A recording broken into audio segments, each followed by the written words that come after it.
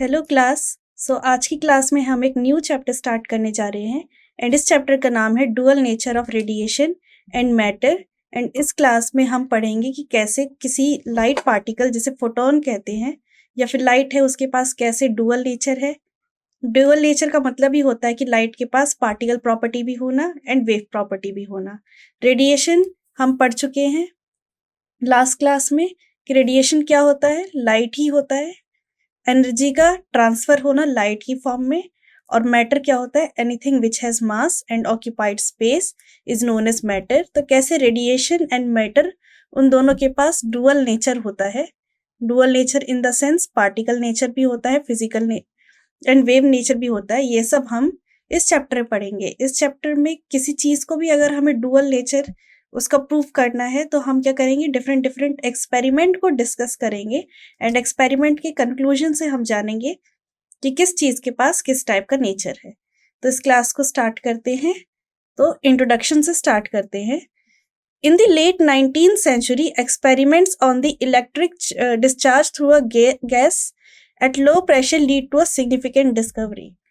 आपको याद होगा कि इलेक्ट्रिक डिस्चार्ज ट्यूब वाला जो एक्सपेरिमेंट हुआ था जिसे हमने 9th क्लास में पढ़ते हैं, उससे क्या हुआ था, बहुत इंपॉर्टेंट डिस्कवरी हुई थी क्योंकि उससे हमें इलेक्ट्रॉन्स के बारे में पता चला था। एंड डाल्टन एटॉमिक थ्योरी के बाद पहली बार ऐसी कोई चीज हमें मिली थी जो कह रहा था कि एटम ही सबसे स्मॉलेस्ट पार्टिकल नहीं है हमारे यूनिवर्स का, इससे भी छोटे पार्टिकल्स होते हैं। एंड जिस एटम भी different different constituent of particle से मिलके बना है, जिसमें से एक पार्टिकल हमने ढूंढ दिया था इलेक्ट्रिक डिस्चार्ज ट्यूब वाले एक्सपेरिमेंट से।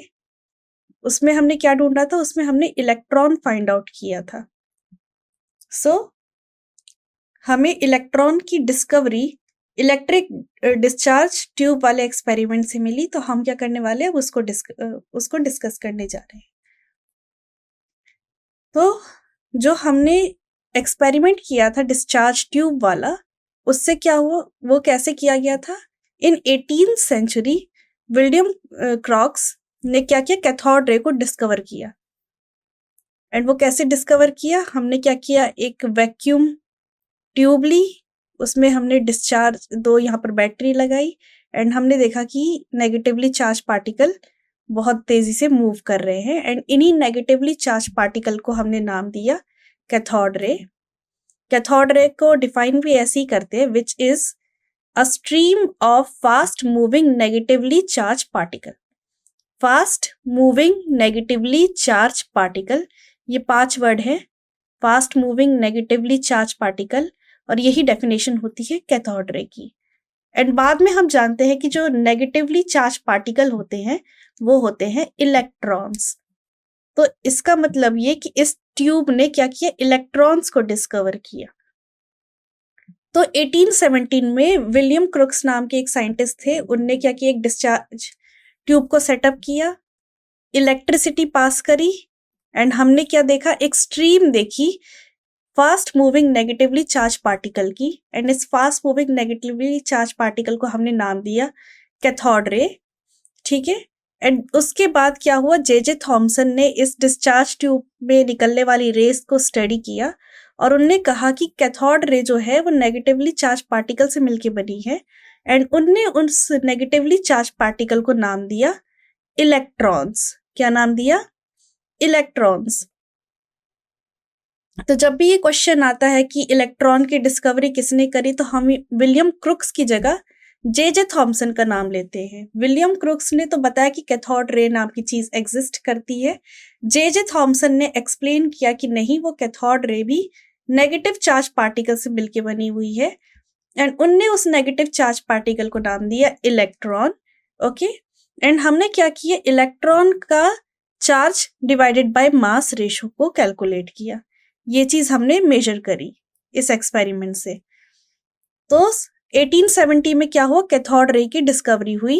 एंड कैथोड रे की डिस्कवरी की वजह से हमें एटम के अंदर एक नेगेटिव चार्ज पार्टिकल के बारे में पता चला जिसको कहते हैं इलेक्ट्रॉन। एंड हमने इलेक्ट्रॉन का charge upon mass ratio calculate किया, E/m हमने कैलकुलेट किया। इस E/m को और डिस्कस करेंगे हम आगे। अभी आगे चलते हैं। Universality of electron. तो जो वैल्यू थी E/m जो फाउंड करी हमने कैथोड रे एक्सपेरिमेंट में, हमें पता चला कि E/m का जो रेशो है वो इंडिपेंडेंट होता है। किस चीज से इंडिपेंडेंट होता है? मटेरियल से। Independent of material.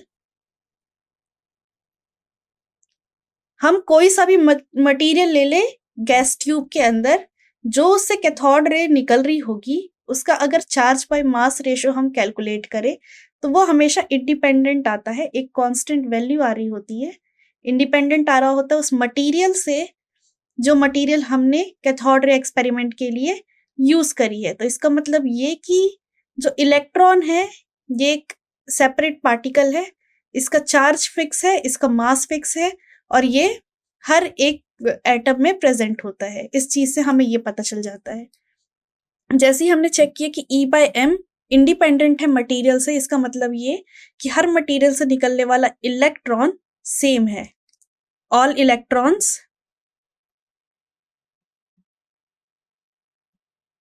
Are same. मैं सिमिलर भी नहीं बोल रही हूं, मैं वर्ड यूज कर रही हूं सेम का। आपके अंदर जो इलेक्ट्रॉन्स प्रेजेंट है, मेरे अंदर जो इलेक्ट्रॉन्स प्रेजेंट है, वो एग्जैक्टली सेम है। उनका चार्ज की वैल्यू सेम है, उनका मास सेम है।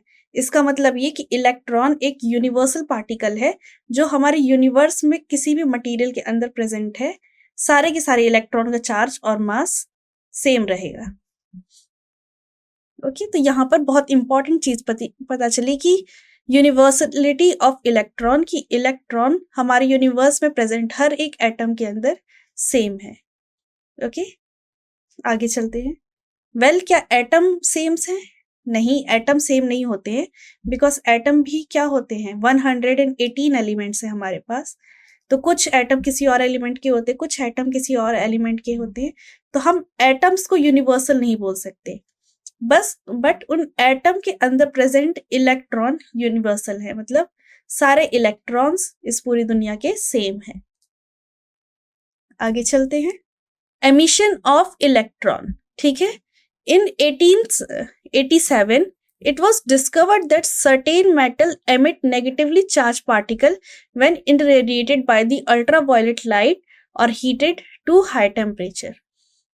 अब हम बात करते हैं एमिशन ऑफ इलेक्ट्रॉन की। अगर आपके पास कोई मेटल है तो हम जानते हैं, आज के टाइम पे हमें ये बहुत अच्छे से क्लियर है कि मेटल्स क्या होते हैं, एक दूसरे के साथ इलेक्ट्रॉन से बाउंड होते हैं, एंड वो इलेक्ट्रॉन लूजली बाउंडेड इलेक्ट्रॉन होते हैं।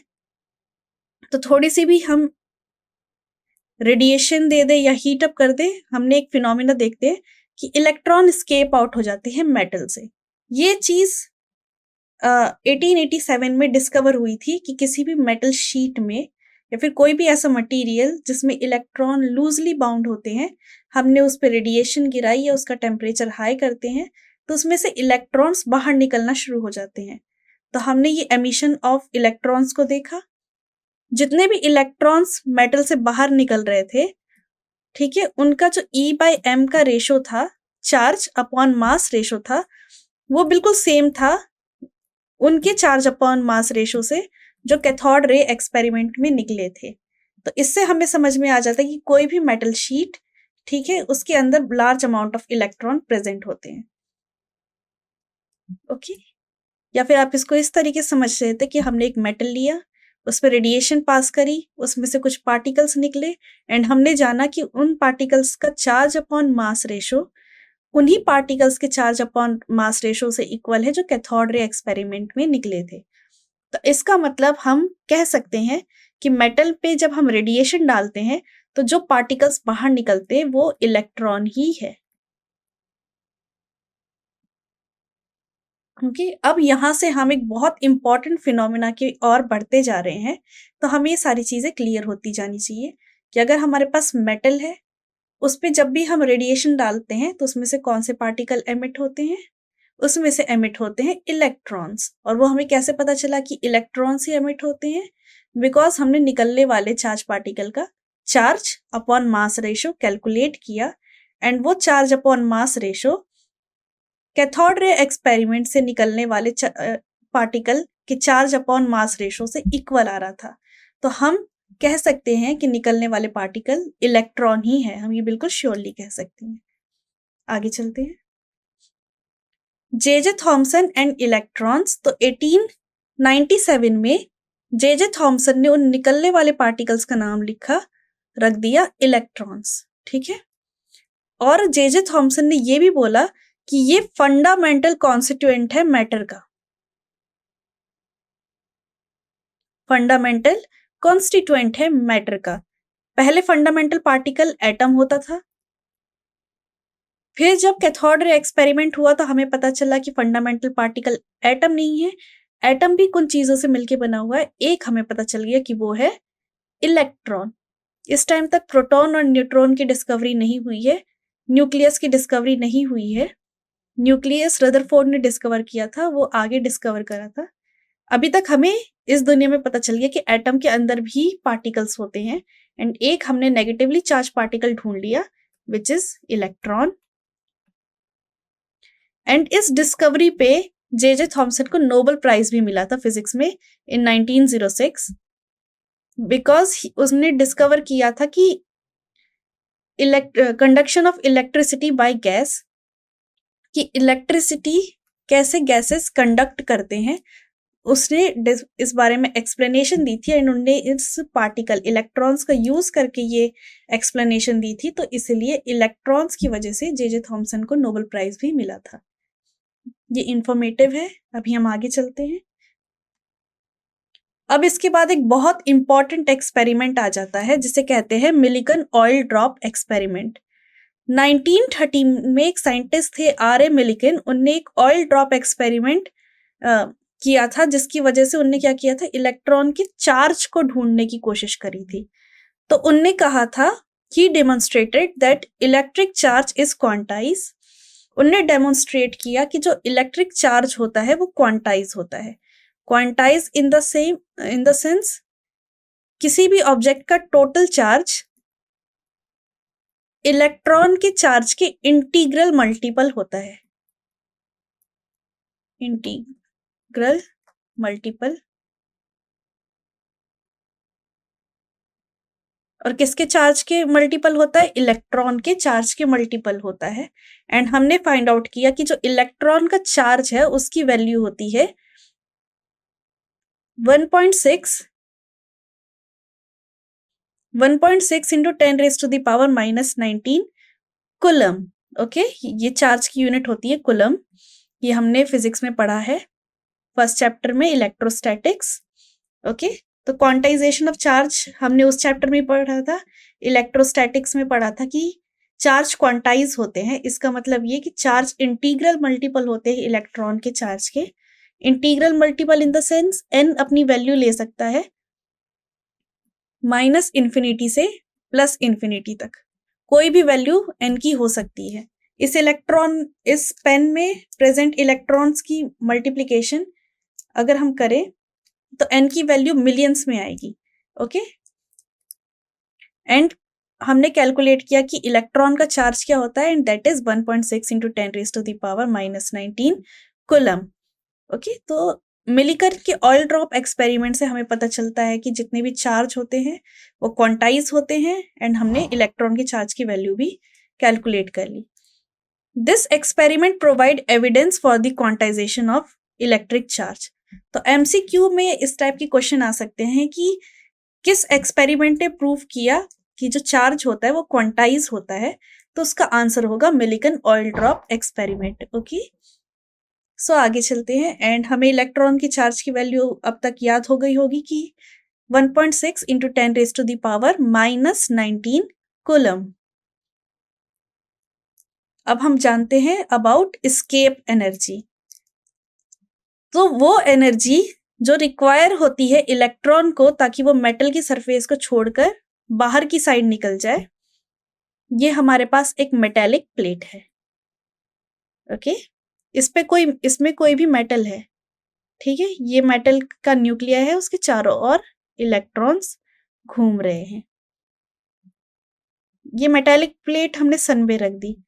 आपको ये डायग्राम से याद आ रहा होगा कि हम सोलर पैनल की बारे में बात कर रहे हैं, काइंडा कुछ वैसा ही इमेजिन कर सकते हो कि ये हमारे पास एक मेटेलिक प्लेट है, ये हमारे पास सन है, सन से रेडिएशन आ रही है, एनर्जी आ रही है, ठीक है, हीट आ रही है, वो इस मेटेलिक प्लेट पे पड़ती है। इस मेटेलिक प्लेट पे पड़ने की वजह से इसमें जो प्रेजेंट आउटर शेल में जो इलेक्ट्रॉन्स हैं वो क्या हो जा रहे हैं, एक्साइटेड हो जा रहे हैं, एंड वो इलेक्ट्रॉन एक्साइटेड होने के बाद मेटल से ही बाहर निकल जा रहे हैं। तो वो एनर्जी जो रिक्वायर्ड होती है किसी भी इलेक्ट्रॉन को अपना मेटल की सरफेस छोड़ के बाहर निकल जाने के लिए, स्केप कर जाने के लिए, उसको ही स्केप एनर्जी बोलते हैं या फिर बोलते हैं वर्क फंक्शन। ओके, तो हम जनरली स्केप एनर्जी की जगह वर्क फंक्शन वर्ड यूज करेंगे। तो ये वर्क फंक्शन की डेफिनेशन है, हमें याद रखना है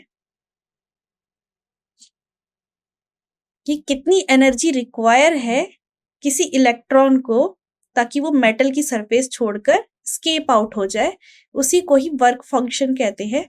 and work function electron volt में कैलकुलेट किया जाता है। किस में कैलकुलेट किया जाता है? इलेक्ट्रॉन वोल्ट में। हमने यूनिट्स पढ़ी है कि कैसे जूल को ईवी में कन्वर्ट किया जाए। ओके, तो आई होप आपको याद होगा। इलेक्ट्रॉन वोल्ट को भी हमने डिफाइन किया है कि कितनी एनर्जी देनी चाहिए एक इलेक्ट्रॉन को ताकि वो ताकि उसका पोटेंशियल डिफरेंस 1 बन जाए, 1 वोल्ट बन जाए, उसको इलेक्ट्रॉन वोल्ट कहते हैं। सो ये रहा अबाउट वर्क फंक्शन और इसकी यूनिट इलेक्ट्रॉन वोल्ट रहेगी। अब ये जो वर्क फंक्शन है ये मेटल पे डिपेंड करता है। कुछ मेटल होते हैं जिसमें थोड़ी सी भी रेडिएशन डाले एंड इलेक्ट्रॉन स्केप आउट हो जाते हैं। कुछ मेटल होते हैं जिसमें हमें ज्यादा रेडिएशन डालनी होती है ताकि उसमें से इलेक्ट्रॉन स्केप आउट हो जाए। तो वर्क फंक्शन डिपेंड करता है किस टाइप का मटेरियल है, किस टाइप का मेटल यूज किया है हमने।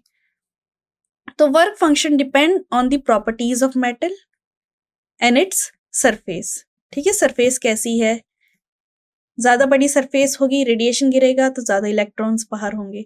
कॉम्पैक्ट सरफेस होगी, मतलब कि छोटा सरफेस होगा, तो इलेक्ट्रॉन्स इजीली स्केप आउट नहीं हो पाएंगे। अब मेटल की प्रॉपर्टी पे भी डिपेंड करता है। हम जानते हैं कि मेटल्स कौन से होते हैं जनरली।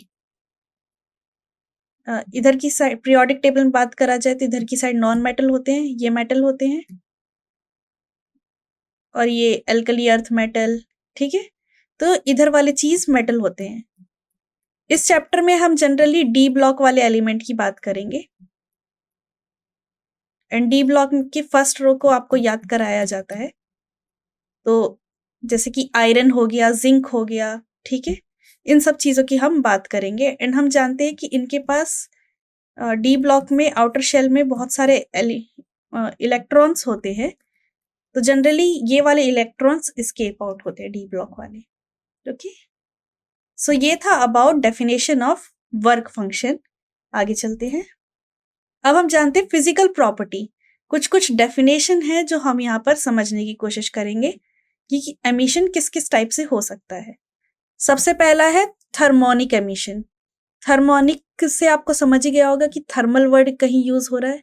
थर्मल आते ही टेम्परेचर, ठीक है, तो हम इतना हीट कर दे मेटल को कि इलेक्ट्रॉन स्केप आउट होने लग जाए तो उसको बोलेंगे थर्मोनिक एमिशन।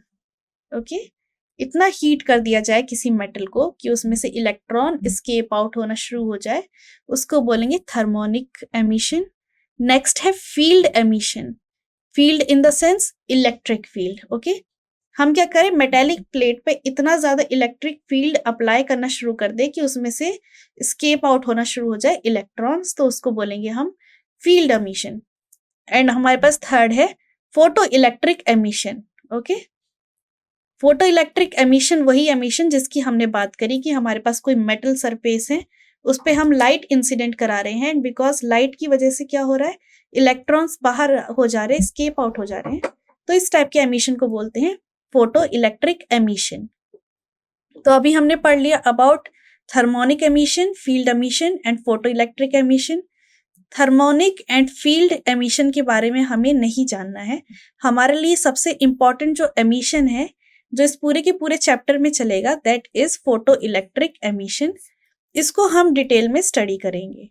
तो फोटो इलेक्ट्रिक एमिशन हमारे लिए इंपॉर्टेंट है कि हम लाइट रे क्या कर रहे हैं, मेटेलिक प्लेट पे इंसिडेंट करा रहे हैं। डिफरेंट डिफरेंट फ्रिक्वेंसी की लाइट डिफरेंट एनर्जी के साथ आएंगी, एंड बिकॉज डिफरेंट एनर्जी के साथ आएंगी तो डिफरेंट अमाउंट में इलेक्ट्रॉन स्केप आउट होंगे। तो हम डिटेल में अब पढ़ेंगे फोटो इलेक्ट्रिक एमिशन के बारे में। सो आगे चलते हैं। फोटो इलेक्ट्रिक एमिशन से एक प्रॉपर्टी निकल के आती है जिसे कहते हैं photo electric effect. And photo electric effect में हम फोटो इलेक्ट्रिक एमिशन के बारे में ही पढ़ते हैं। तो अब स्टार्ट करते हैं सबसे इंपॉर्टेंट टॉपिक इस चैप्टर का, फोटो इलेक्ट्रिक इफेक्ट। ये सबसे इंपॉर्टेंट टॉपिक है। सबसे ज्यादा क्वेश्चन इस चैप्टर से फोटो इलेक्ट्रिक इफेक्ट में ही पूछे जाते हैं, तो हमें इस चीज को अच्छे से समझना है। तो फोटो इलेक्ट्रिक इफेक्ट की स्टार्टिंग कहाँ से होती है? फोटो इलेक्ट्रिक इफेक्ट की स्टार्टिंग होती है, हर्ट्ज ने एक एक्सपेरिमेंट किया होता है, एंड एक्सपेरिमेंट के बाद कुछ ऑब्जर्वेशन करते हैं, तो हर्ट्ज ऑब्जर्वेशन से फोटो इलेक्ट्रिक इफेक्ट की स्टार्टिंग होती है। हर्ट्ज एक साइंटिस्ट के नाम है। फ्रीक्वेंसी की जो यूनिट होती है वो भी हम जानते हैं हर्ट्ज ही होती है, जिसे शॉर्ट में HZ लिखा जाता है। तो हर्ट्ज ने ऑब्जर्व किया कि अगर हम हाई वोल्टेज स्पार्क करें किसी लूप में, hertz observe that high voltage spark across the detector of loop were enhanced when emitter plate was illuminated with ultraviolet light from an arc lamp। Okay, hertz ने क्या किया, एक experimental setup किया और उनने देखा कि उनके पास एक लूप था,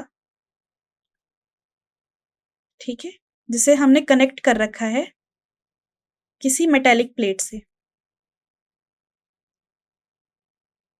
एक लूप है जिसको हमने किसी मेटेलिक प्लेट से कनेक्ट कर रखा है।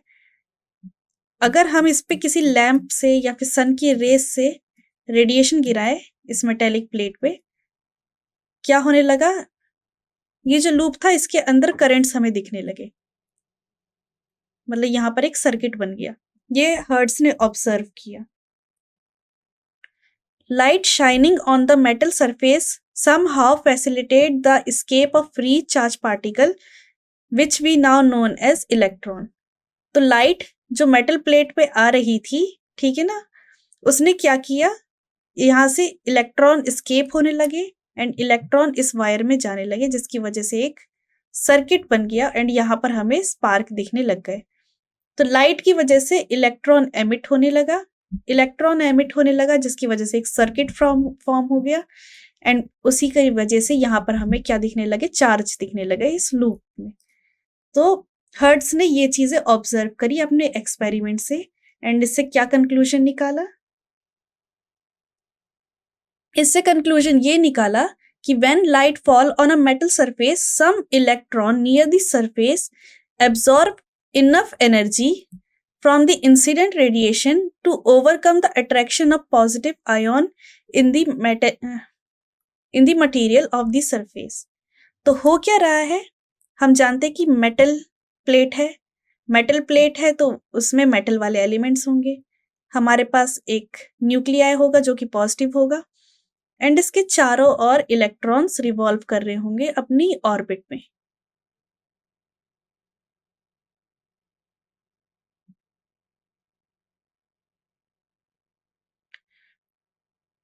ठीक है, तो अब जैसे ही रेडिएशन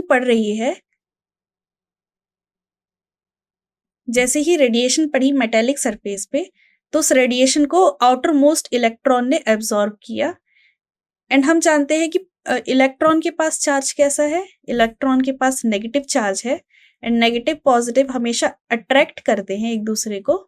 बट जो सन की वजह से, रेडिएशन की वजह से जो एनर्जी मिली इस इलेक्ट्रॉन के पास, एनर्जी इतनी हाई हो गई कि उसने क्या किया, इस अट्रैक्शन को तोड़ दिया एंड एटम से निकल गई। तो यहाँ पर वही लाइन लिखी हुई है कि जो इलेक्ट्रॉन है सरफेस पे या फिर जो आउटर मोस्ट इलेक्ट्रॉन है, उनने इतनी एनर्जी एब्जॉर्ब कर ली कि इस अट्रैक्शन को उनने तोड़ दिया एंड क्या हो गए, वो सरफेस से एस्केप आउट हो गए।